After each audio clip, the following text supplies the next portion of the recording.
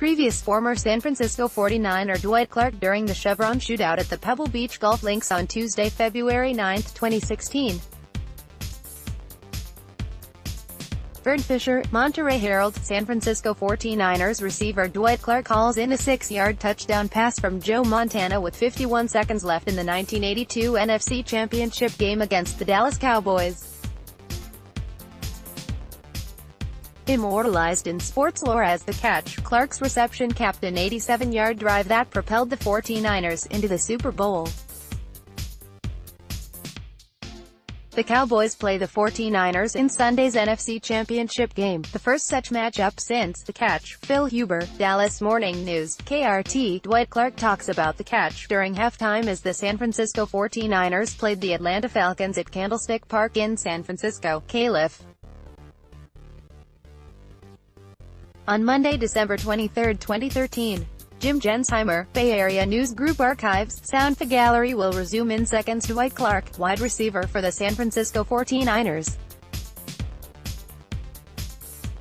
AP photo, Dwight Clark, the 49er who caught the touchdown in the last minute of the game to beat the Dallas Cowboys and win the championship, gives a little wave as he goes aboard charter jetliner that will take him and the team to Detroit, Jan. 17, 1982. AP photo, San Francisco 49ers receiver Dwight Clark, playbook in hand, walks the turf of Candlestick Park before the start of the Dallas Cowboys 49ers matchup in San Francisco, Dec. 19, 1983. AP photo, Mark Costantini, San Francisco 49ers Dwight Clark, left, and 49er quarterback Joe Montana wear their Super Bowl 16 hats as they go through a final workout in Pontiac Silverdome, Michigan, on Saturday, Jan. 23, 1982, in preparation for Sunday's Super Bowl. AP photo, Dwight Clark's finale with the 49ers was a loss in 1988. Gary Reyes, Bay Area News Group Archives. Dwight Clark runs after a catch during practice for Legends of Candlestick at Candlestick Park in San Francisco, California, on Friday, July 11, 2014. Jim Gensheimer, Bay Area News Group Archives. Wide receiver Dwight Clark calls in a touchdown pass in this strike game held on November 18, 1987, at Candlestick Park against the St. Louis Cardinals. Nick Lammers, Bay Area News Group Archives. Joe Montana, back to camera, holds court with Eddie DeBartolo, left, and Dwight Clark during practice for Legends of Candlestick at Candlestick Park in San Francisco, California, on Friday, July 11, 2014. Jim Gensheimer, Bay Area News Group Archives. Former San Francisco 49ers Dwight Clark speaks to the crowd at halftime while standing with former San Francisco 49ers owner Edward DeBartolo Jr., left, while playing against the Dallas Cowboys during their NFL game at Levi's Stadium in Santa Clara, California. On Sunday, October 22, 2017. Nyat v.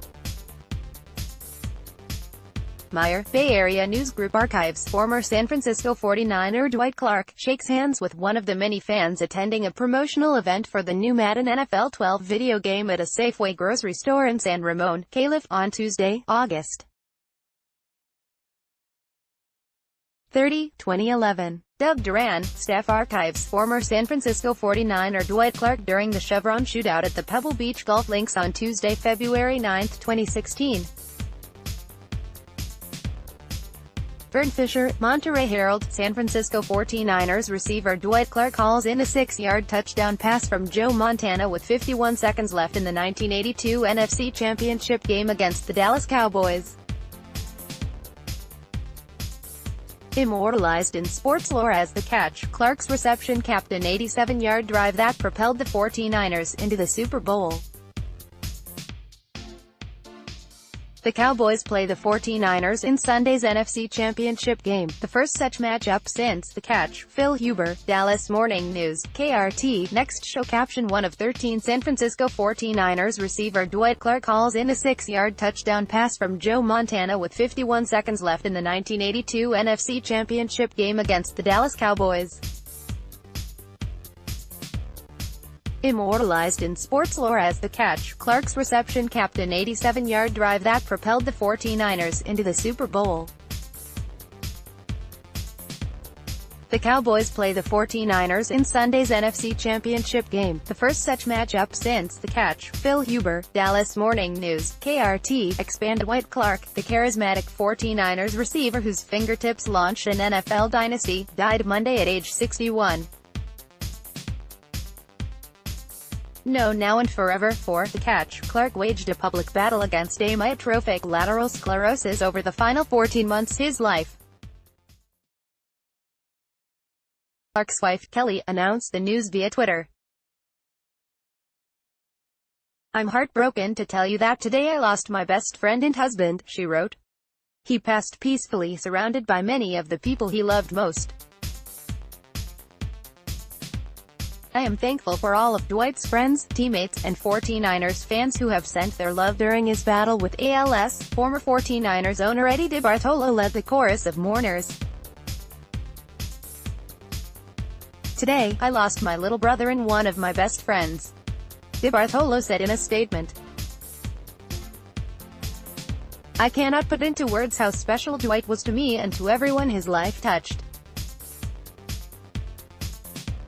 He was an amazing husband, father, grandfather, brother and a great friend and teammate. He showed tremendous courage and dignity in his battle with ALS and we hope there will soon be a cure for this horrendous disease. I will always remember Dwight the way he was, larger than life, handsome, charismatic and the only one who could pull off wearing a fur coat at our Super Bowl parade." Fans, former teammates, Hall of Famers and others from the world of pro football took to Twitter to express their feelings. Joe Montana, the man who threw the pass that resulted in the catch. "Dwight was a vibrant, charismatic soul. Jennifer and I are heartbroken over his passing. While we knew it was inevitably coming, it came way too soon.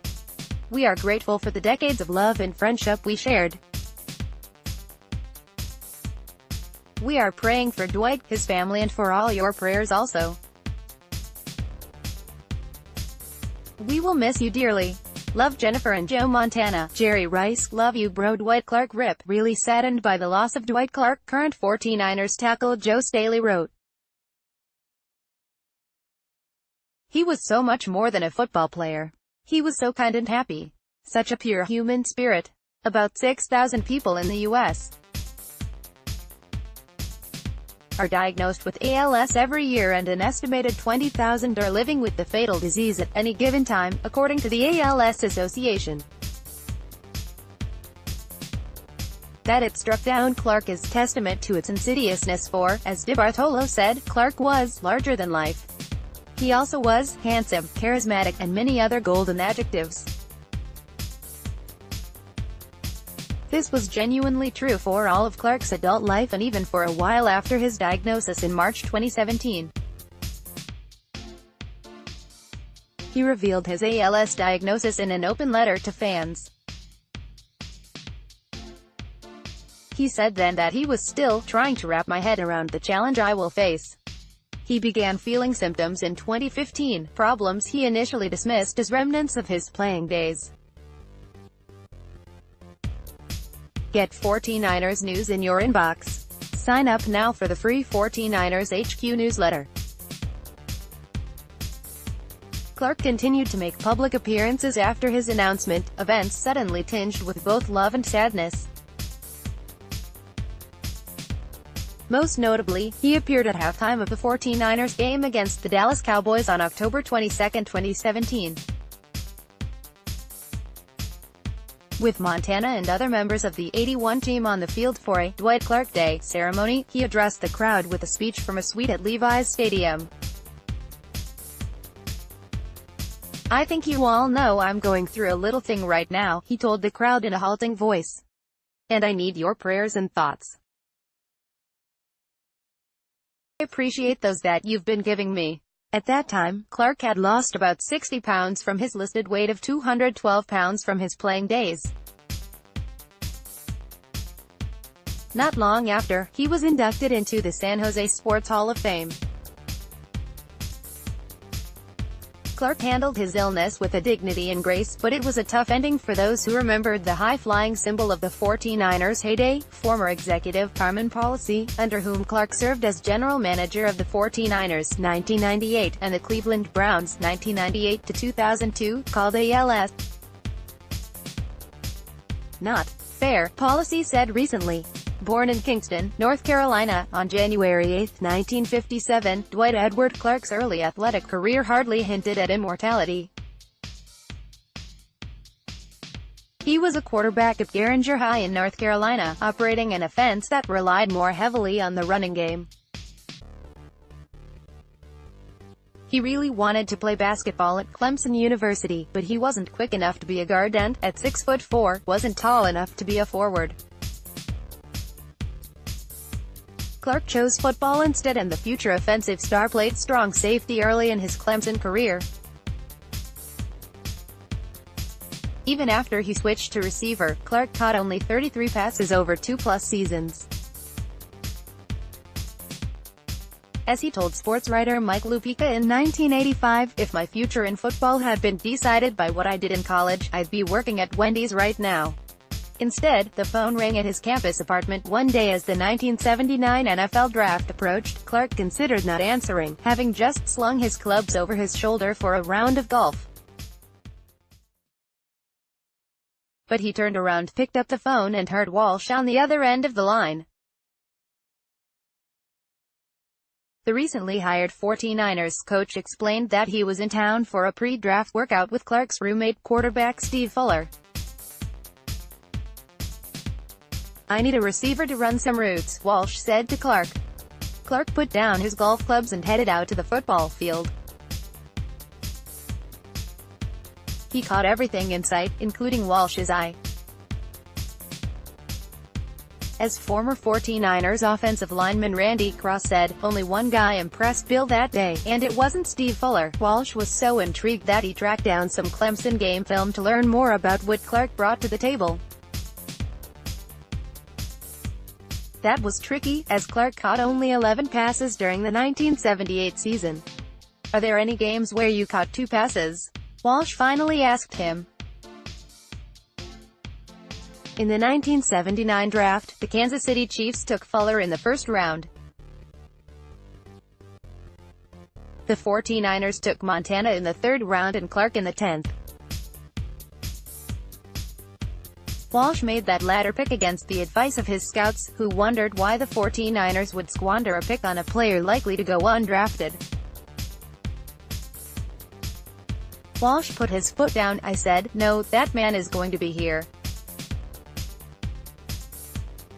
You watch." Clark went on to have a 9-year NFL career that resulted in 506 pass receptions, a 49ers record till Rice came along, more than 6,700 yards, 48 touchdowns, and his jersey No. 87 being retired by the team.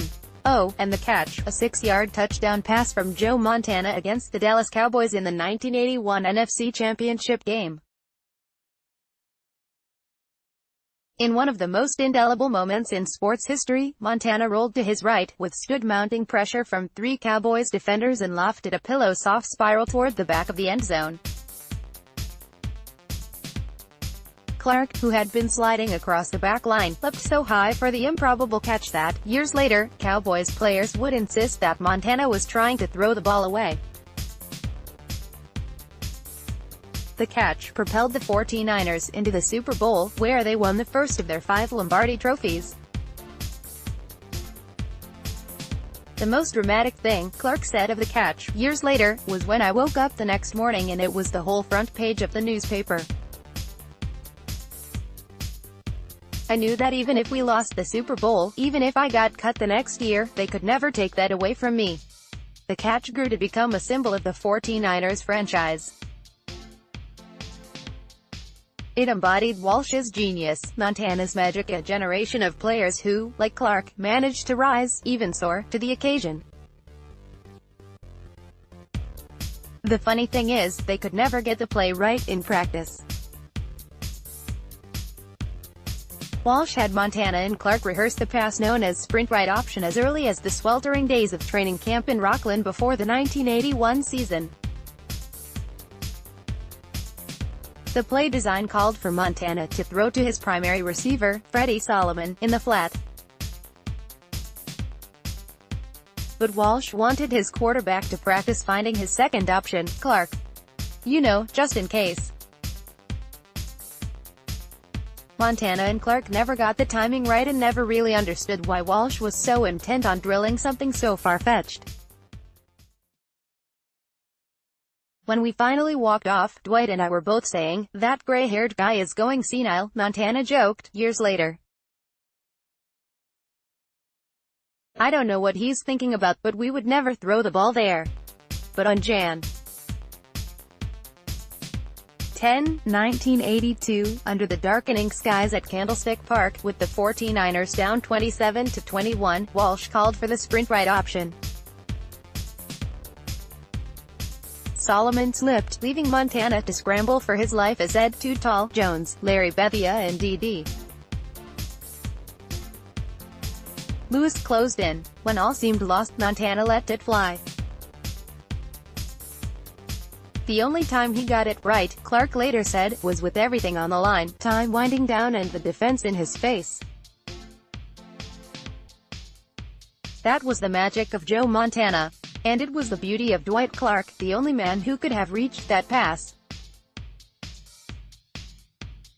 He was responsible for one of the most iconic plays in NFL history that began our run of Super Bowl championships, but to me, he will always be an extension of my family, DeBartolo said in his statement Monday. "I love him and will miss him terribly." Besides his wife, Kelly, Clark is survived by his daughter Casey and sons Riley and Mac. You might also like more than 30 injured in bus collision. Print edition car flips over in CTE tunnel, Merchant Road entrance. Singapore, video only $68, Luminar men's automatic mechanical watch series watch SG, Wow Mall, online exploring. Vibrant income and growth strategy. Allianz Global Investors. Football fans, heads up, this article may save your Mount Elizabeth Hospital, Singapore, Sydney's sumptuous sustainable cuisine intercontinental hotels.